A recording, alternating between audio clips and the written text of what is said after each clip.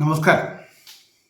കുറച്ച് നാളുകളായി വീഡിയോ ചെയ്തിട്ട് വിഷയങ്ങളില്ലാഞ്ഞിട്ടല്ല, സാഹചര്യത്തിൻ്റെ പ്രശ്നങ്ങളെ കൊണ്ടാണ് പലപ്പോഴും ചെയ്യാൻ പറ്റാത്ത, പല തിരക്കുകൾ കാരണമാണ് ചെയ്യാത്തത്. എന്തായാലും പുതിയ വർഷത്തേക്കുള്ള ഫലങ്ങളെ കൂടി പറയണമെന്നുണ്ട്. ഇപ്പം തൽക്കാലം അതിനല്ല വന്നിരിക്കുന്നത്.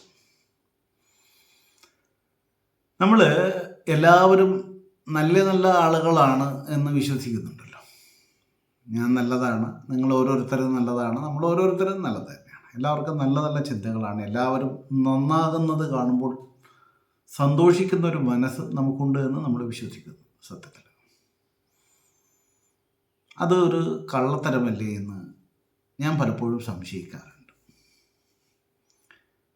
എല്ലാവരും നന്നായ സന്തോഷിക്കുകയല്ലേ വേണ്ടത്. സത്യത്തിൽ നമ്മുടെ മുമ്പിലുള്ള നമ്മുടെ അയൽവാസി നന്നാവുന്നത് നമുക്ക് സന്തോഷമാകണം, നമ്മുടെ ബന്ധുക്കൾ നന്നാവുന്നത് നമുക്ക് സന്തോഷിക്കാൻ പറ്റണം, നമ്മുടെ സുഹൃത്തുക്കൾ നന്നാവുന്നത് സന്തോഷിക്കാൻ പറ്റണം, എല്ലാവരും നന്നാവുന്നത് സന്തോഷിക്കാൻ പറ്റണം.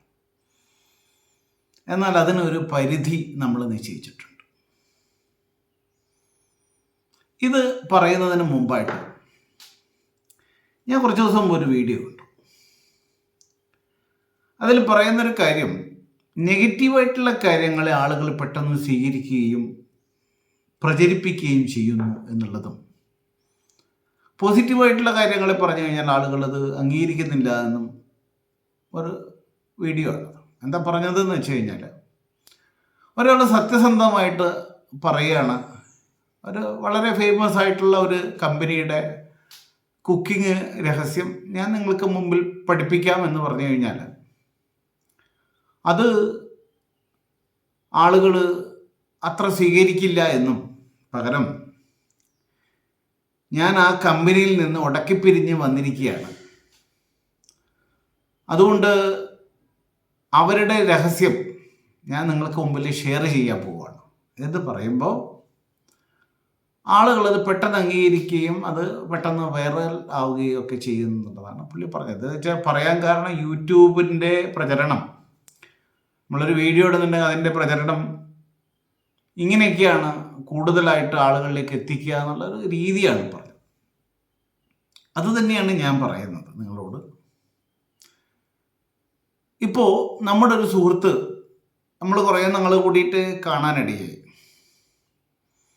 കണ്ടപ്പോൾ അയാൾ കുറച്ച് നല്ല എക്സിക്യൂട്ടീവായിട്ടുള്ള ഡ്രസ്സൊക്കെ ധരിച്ചിരിക്കുന്നു.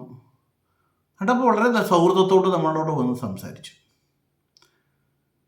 നമ്മൾ ഒന്നിച്ച് 2-3 വർഷം അല്ലെങ്കിൽ ചെറുപ്പം മുതൽ ഒന്നിച്ച് പഠിച്ച ആളായിരിക്കാം. ഇപ്പം നല്ല നിലയിലായിട്ട് വളരെ നല്ല ഇതായിട്ട് വരുന്നതാണ്. ഇപ്പോൾ ഞാനിപ്പോൾ ഫ്ലൈറ്റിൽ വന്നതാണ്, തൊട്ട് കഴിഞ്ഞ ഫ്ലൈറ്റിൽ വന്നതാണ്. ഇപ്പോൾ ഇന്ന സ്ഥലത്തേക്ക് പോവാണ്, അവിടെ ഒരു പ്രോഗ്രാം ഉണ്ട്, അതിന് വേണ്ടി പോവുകയാണ്. കണ്ടതിലും ഇല്ല സന്തോഷം. നമുക്ക് സന്തോഷം, നമ്മുടെ ഒരു സുഹൃത്തിനെ, കുറേ നാളുകളായിട്ട് കാണാത്തൊരു സുഹൃത്തിനെ നമ്മൾ കാണുന്നു അല്ലേ. അപ്പോൾ അത് കാണുന്നത് സന്തോഷം തന്നെ. എന്താ പരിപാടി? ഇപ്പോൾ ഞാൻ ഇവിടെ ഡൽഹിയിൽ ഒരു ബിസിനസ് നടത്തുകയാണ്. അപ്പോൾ ഇവിടെ 3-4 കമ്പനികളുണ്ട്. അപ്പോൾ അതിൻ്റെ ഒക്കെ നടത്തിപ്പാണ്. അപ്പോൾ എൻ്റെ കീഴിൽ ആയിരക്കണക്കിന് ആളുകൾ ജോലി ചെയ്യുന്നുണ്ട്. 10-100 വണ്ടികളുണ്ട്. ഇപ്പോൾ ഇവിടെ ഞാനിപ്പോൾ നാട്ടിൽ ഒരു വീട് കെട്ടാൻ വേണ്ടി തുടങ്ങിയിട്ടുണ്ട് എന്നൊക്കെ പറയുകയാണ് വിചാരിക്കുക. പറയുന്നതൊക്കെ വളരെ നല്ല നല്ല കാര്യങ്ങളാണ്, അയാളുടെ വളർച്ചയെ പറ്റിയിട്ടാണ് പറയുന്നത്. സത്യത്തിൽ നമ്മൾ ഇതൊരു തരത്തിൽ സന്തോഷിക്കുന്ന വകുപ്പാണല്ലോ നമ്മൾ കേട്ടിട്ടുള്ളത്. നമ്മുടെ വളരെ അടുത്ത സുഹൃത്തായിരുന്നു അല്ല, ഇപ്പോഴും ആണ്. ഇപ്പോഴും അഹങ്കാരമൊന്നും കാണിക്കാതെ നമ്മുടെ മുമ്പിൽ വന്നിട്ട് സംസാരിച്ചിരിക്കുന്നു. വളരെ സന്തോഷമാണ്. സത്യത്തിൽ അന്ന് നമുക്ക് ഉറങ്ങാൻ പറ്റില്ല എന്ന് ഞാൻ പറഞ്ഞു കഴിഞ്ഞാൽ വിശ്വസിക്കും. അങ്ങനൊരു വളർച്ചയെ നമുക്ക് ഉൾക്കൊള്ളാൻ പറ്റും. അവനൊക്കെ ഇപ്പോഴും വലിയ നിലയിലായിപ്പോയി. നമ്മളിപ്പോഴും ആ ഒരു ലെവലിൽ തന്നെയാണ് ഉള്ളത് എന്നൊരു ചിന്ത നമുക്ക് വരുമ്പോൾ നമ്മുടെ തളർച്ചയുടെ കാരണവും വളരാത്തതിൻ്റെ കാരണവും അതുതന്നെയാണെന്നുള്ളത് നമ്മൾ തിരിച്ചറിയണം എന്നുള്ളതാണ് ഞാൻ പറയുന്നത്. നമ്മുടെ ഒരു സുഹൃത്ത് വളരെ നല്ല നിലയിലായാൽ അത് സന്തോഷിക്കാൻ നമുക്ക് പറ്റണം. നമ്മുടെ ഒരു സുഹൃത്തിൻ്റെ മകൻ ഒരു ഉന്നത നിലവാരത്തിൽ എത്തിക്കഴിഞ്ഞാൽ സന്തോഷിക്കാൻ നമുക്ക് പറ്റണം. നമ്മുടെ ബന്ധുവിൻ്റെ മകൻ സന്തോഷത്തിലായിരുന്നു. എല്ലാവരും ഇങ്ങനെ നന്നായാൽ സന്തോഷിക്കാൻ നമുക്ക് പറ്റണം എന്നുള്ളൊരു സത്യാവസ്ഥ നമുക്ക് ഉൾക്കൊള്ളാൻ പറ്റിയിട്ടില്ലെങ്കിൽ അയാൾ ഒരിക്കലും നന്നാവില്ല, അല്ലെങ്കിൽ സന്തോഷിക്കാനുള്ള വകുപ്പയാക്കില്ല എന്നുള്ളത് നമ്മൾ മനസ്സിലാക്കുക. ഞാൻ നന്നാവുക, എൻ്റെ ബന്ധുക്കൾ നന്നാവുക, എൻ്റെ സുഹൃത്തുക്കൾ നന്നാവുക എന്നതൊക്കെയുള്ള വിഷയങ്ങളെ മാത്രമല്ല, ലോകത്തെല്ലാവരും നന്നാവുന്നത് നല്ലത് തന്നെയാണ് സത്യത്തിൽ. പക്ഷെ മറ്റുള്ളവരുടെ നന്മ, വളർച്ച നമുക്ക് പോസിറ്റീവായിട്ട് ഉൾക്കൊള്ളാൻ പറ്റുന്നില്ലെങ്കിൽ ഇവിടെ എന്ത് ഗുണം അനുഭവിച്ചാലാണ് നമുക്ക് സന്തോഷിക്കാൻ പറ്റുക? നമ്മളൊക്കെ കുറച്ച് നാൾ ഭൂമിയിൽ ജീവിച്ചിട്ട് മണ്ണോട് ചേരേണ്ട ആളുകളാണ്, ശരീരം.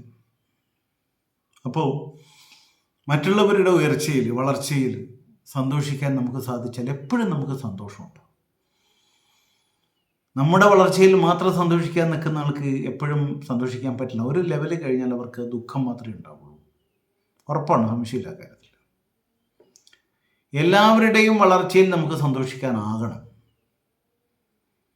നമ്മുടെ ശത്രുക്കളുടെ വളർച്ച പോലും, ശരിക്കും പറഞ്ഞു കഴിഞ്ഞാൽ ശത്രുതാമനോഭാവം നല്ലതൊന്നുമല്ല, നമ്മളെ തന്നെ നശിപ്പിക്കുന്ന ഒന്നാണത്. മറ്റുള്ളവർ വളരുന്നതിൽ നമ്മൾക്ക് സന്തോഷിക്കാൻ സാധിച്ചാൽ ആ ഒരൊറ്റ ഗുണം മതി നന്നാവാൻ വേണ്ടിയിട്ട്, സന്തോഷിക്കാൻ വേണ്ടിയിട്ടും, ആരോഗ്യമുള്ള ദേഹത്തോട് കൂടിയിട്ടിരിക്കാൻ വേണ്ടിയിട്ടും. നമുക്ക് അങ്ങനെ ഒന്നാവാൻ ശ്രമിച്ചാലോ, സന്തോഷിക്കാൻ ശ്രമിക്കുക. മറ്റുള്ളവരുടെ വളർച്ചയിൽ നമുക്ക് സന്തോഷിക്കാൻ പറ്റാൽ നമ്മുടെ കൂട്ടുകാരിയുടെ മകന്, മകൾക്ക്, ബന്ധുവിൻ്റെ മകന്, മകൾക്ക്, അവർക്കൊക്കെ ഗുണമുണ്ടാകുമ്പോൾ നമുക്ക് സന്തോഷിക്കാൻ സാധിച്ചാൽ സന്തോഷം എപ്പോഴും നമ്മുടെ കൂടെയുണ്ട്. നമ്മുടെ മാത്രം സന്തോഷം എന്ന് പറയുന്നത് അമിതമായിട്ടുള്ള സ്വാർത്ഥതയാണ്. അതൊരിക്കലും നമുക്കൊരു സമാധാനത്തെ തരികയേയില്ല. അങ്ങനെ ചിന്തിച്ചുകൊണ്ട്, നല്ല നല്ല ചിന്തകൾ ഉണ്ടാകാൻ വേണ്ടി നമുക്ക് പ്രാർത്ഥിച്ചുകൊണ്ട് നല്ലൊരു പുതുവത്സരത്തെ നമുക്ക് സ്വാഗതം ചെയ്യാമെന്ന് വിചാരിക്കുന്നു. 2025 എല്ലാവർക്കും നല്ലൊരു വർഷമാകട്ടെ എന്ന് പ്രാർത്ഥിക്കുന്നു. വീണ്ടും കാണുമ്പോഴേക്കും ഒരിക്കൽ കൂടി നമസ്കാരം.